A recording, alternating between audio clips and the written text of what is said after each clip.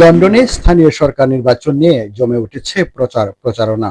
বিশেষ করে tower Hamlets কাউন্সিলকে ঘিরে প্রার্থীদের মধ্যে চলছে তুমুল প্রতিদ্বন্দ্বিতা, যেখানে উল্লেখযোগ্য সংখ্যক বাংলাদেশি বংশোদ্ভূত নাগরিক বসবাস করেন।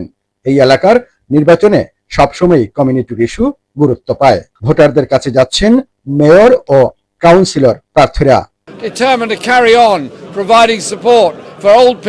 নির্বাচনে বিজয়ী হলে কেমন কাউন্সিল উপহার দিবেন তাদের পরিকল্পনার কথা জানালেন মেয়র প্রার্থীরা। আমাদের প্ল্যান হচ্ছে we want to make these Tower Hamlets the most tech-enabled, most energetic, vibrant, financially successful area in the whole of Greater London.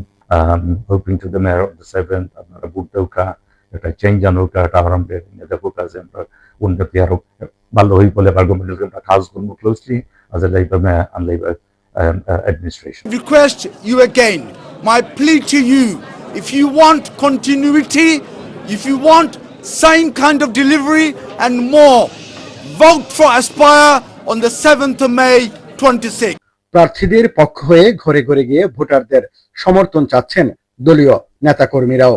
Tower হ্যামলেটসের এই নির্বাচন শুধু একটি স্থানীয় নির্বাচন নয়, বরং এটি কমিউনিটির প্রতিনিধিত্ব ও ভবিষ্যৎ দিক নির্দেশনার একটি গুরুত্বপূর্ণ পরীক্ষা বলে মনে করছেন তারা। প্রতিদ্বন্দ্বিতা হলো মানুষ চাচ্ছে একটা পরিবর্তন, এবং এই পরিবর্তনের জিনিসটা আমি খুব লক্ষ্য করতে পারছি। তাহলে আরো এগিয়ে যাবে, আমাদের জীবনমান আরো উন্নত হবে, মানুষ আরো সুখ সমৃদ্ধি মানুষ ভোগ করতে পারবে বলে বিশ্বাস করি।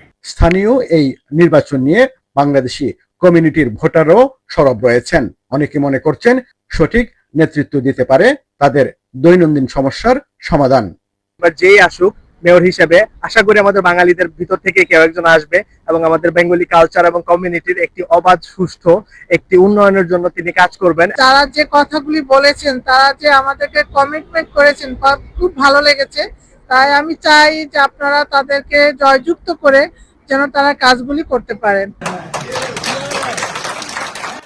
ব্রিটেনের স্থানীয় নির্বাচনে কাউন্সিল এবং মেয়র প্রার্থীরা সরব রয়েছেন প্রচারণার মাঠে, তেমনি সরব রয়েছেন ভোটাররাও।